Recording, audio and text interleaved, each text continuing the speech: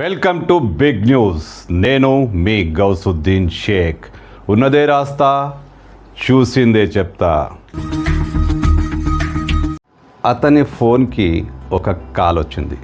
బాగా husky voice, మత్తైన voice. ఓ అమ్మాయి phone చేసింది. ఓ అమ్మాయి ఫోన్ చేసి నాకు తల్లి కావాలనుంది, తనకు బిడ్డలు లేరని, తాను చాలా ధనవంతురాలని, తనకు ఎలాగైనా తల్లి కావాలని కోరిక బలంగా ఉందని, కులం, మతం, రంగు, వర్ణం ఏది జాంతానై నాకు ఓ మగాడు కావాలి, ఆ మగాడి పొందుతో ఓ బిడ్డను కనాలి, నువ్వు సహకరిస్తావా అంటూ అతన్ని అడిగింది. అసలేం మగాడు. ఓ అమ్మాయి హస్కీ వాయిస్, మత్తు మాటలతో మాట్లాడుతుంటే కరిగిపోయాడు. 44 ఏళ్ల కాంట్రాక్టర్, సమాజంలో బాగా పేరు ప్రఖ్యాతులు పొంది ఉన్నాయి కాంట్రాక్టర్. ఆ అమ్మాయి మాటలకు పడిపోయాడు. వెంటనే ఆ అమ్మాయి సూచించిన ప్రెగ్నెన్సీ జాబ్ కంపెనీకి ఫోన్ చేశాడు. అవును, నిజమే, ఆ అమ్మాయికి తల్లి కావాలనే కోరిక ఉంది, ఆమె మా కస్టమర్, ఆమెకు హెల్ప్ చేస్తే ఖచ్చితంగా డబ్బులు వస్తాయి అంటూ వాళ్ళు చెప్పేశారు. మనోడు డబ్బులకు డబ్బులు, పొందుకు పొందు వస్తుందని ఆశపడ్డాడో ఏమో. వాళ్ళు చెప్పిందంతా చేశాడు. నీ ఐడి, నీ రిజిస్ట్రేషన్, నీ ఆధార్, ఇవన్నీ ఇక్కడ నమోదు కావాలంటే అనేక ప్రక్రియలు ఉన్నాయి. అవన్నీ ఆ స్టేజ్లు దాటి ముందుకెళ్తేనే ఆమె నీకు అందుబాటులోకి వస్తుందని చెప్పేశారు. ఇలా రకరకాల ఫీజులతో అతని దగ్గర నుంచి దాదాపు 100 ట్రాన్సాక్షన్స్ అయ్యాయట. అతని దగ్గర నుంచి డబ్బులు గుంజుతూనే ఉన్నారు. ఇతడు ఆ అమ్మాయి మోజులు, ఆ అమ్మాయి ఇంకా మాట్లాడుతూనే ఉంది, హస్కీ వాయిస్తో అతన్ని రెచ్చగొడుతూనే ఉంది. నాకు ఎలాగైనా మగాడు కావాలి, పిల్లలు కావాలంటూ అతన్ని రెచ్చగొడుతూనే ఉంది.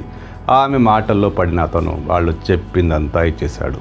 ఇలా 1 కాదు 2 కాదు 11 లక్షలు ఇచ్చేశాడు. ఆ తర్వాత తెలిసింది అది ఫేక్ కంపెనీ అని, అది ఫేక్ వాయిస్ అని. వెంటనే పోలీసులను ఆశ్రయించాడు. ఏం జరుగుతుంది?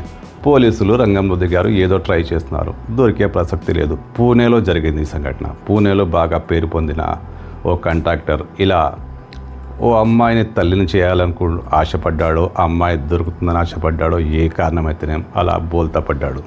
ఇలాంటి కాల్స్ మొదలయ్యాయి.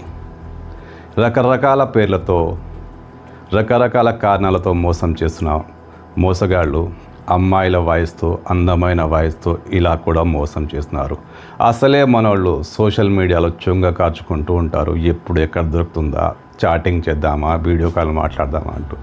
కానీ ఆశ్చర్యం, 40-45 ఏళ్ళు, 50 ఏళ్ళు వాళ్ళు కూడా ఇంకా బ్యాటింగ్ సామర్థ్యం ఉంది కదా, అందుకేనేమో అమ్మాయిల వెంట, అమ్మాయిల వాయిస్ల వెంట పడుతున్నారు. ఇలా డమాలని మునిగిపోతున్నారు. నేరగాళ్ళు మాత్రం ఈ మగాళ్ళ వీక్నెస్ను ఆధారంగా చేసుకొని రకరకాల పేర్లతో ఇలా దోపిడీ చేస్తూనే ఉన్నారు. అన్వాంటెడ్ కాల్స్, అపరిచితుల కాల్స్ ఎత్తొద్దని పోలీసులు ఎంత చెబుతున్నా, సోషల్ మీడియాలో అమ్మాయిల ఫోటోలకు పడిపోవద్దని పోలీసులు ఎంతగా చెప్తున్నా వీళ్ళు మారరు. ఇలాగే ఈ కాంట్రాక్టర్ కూడా అమ్మాయి పొందు కోసం ఆరాటపడ్డాడు. ఇలా బోల్తా పడ్డాడు. సంపాదించే డబ్బులు, కష్టార్జితమైన డబ్బులు, ఆ కుటుంబానికి చెందాల్సిన డబ్బులు ఇలా మోసగాళ్ల బారిన సమర్పించుకున్నాడు. ఇలా ఎందరో తమ పిల్లలకు చెందాల్సిన డబ్బు, తన కుటుంబానికి చెందాల్సిన డబ్బు ఇలా మోసగాళ్లకు, మోసగత్తెలకు ఇస్తూనే ఉన్నారు. వీళ్ళు మారరు, వాళ్ళు మోసం చేస్తూనే ఉంటారు.